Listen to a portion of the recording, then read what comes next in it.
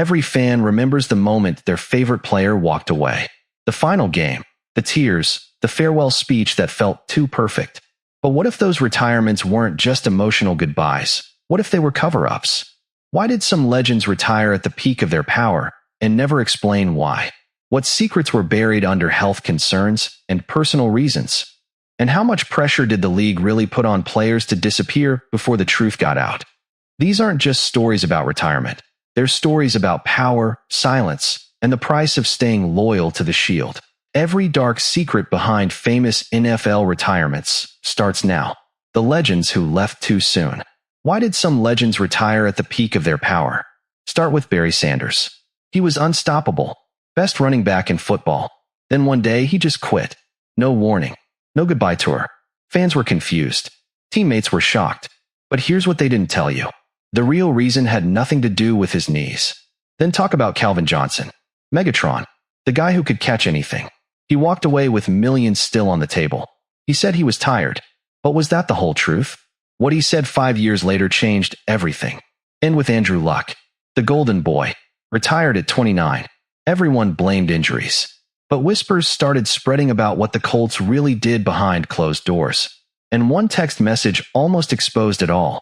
But these sudden exits? They're nothing compared to what the league helped cover up. The cover UPS and scandals.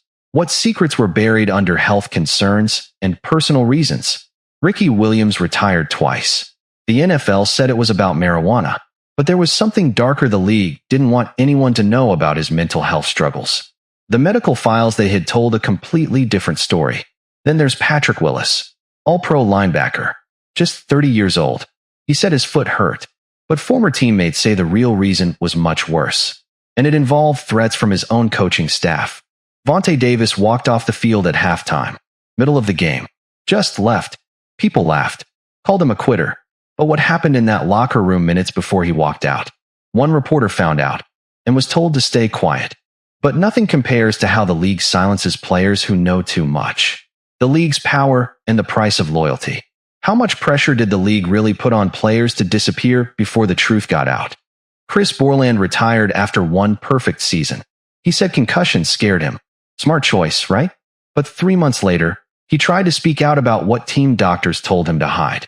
His interview was canceled the night before it aired. Jake Plummer refused to play Roger Goodell's game. He retired early, spoke his mind. Then the NFL made sure no one would hire him ever again. Even in coaching, even in broadcasting. Blacklisted. And finally, the biggest secret of all, how many players were paid to retire quietly instead of suing the league? The settlement documents were sealed, but one lawyer leaked the number. These retirements weren't just endings. They were erasures. The NFL protects the Shield, no matter who gets buried under it. So the next time you see a legend walk away, ask yourself, is this really his choice? These men gave everything. Their bodies, their minds, their futures. And when they knew too much, the league made them vanish.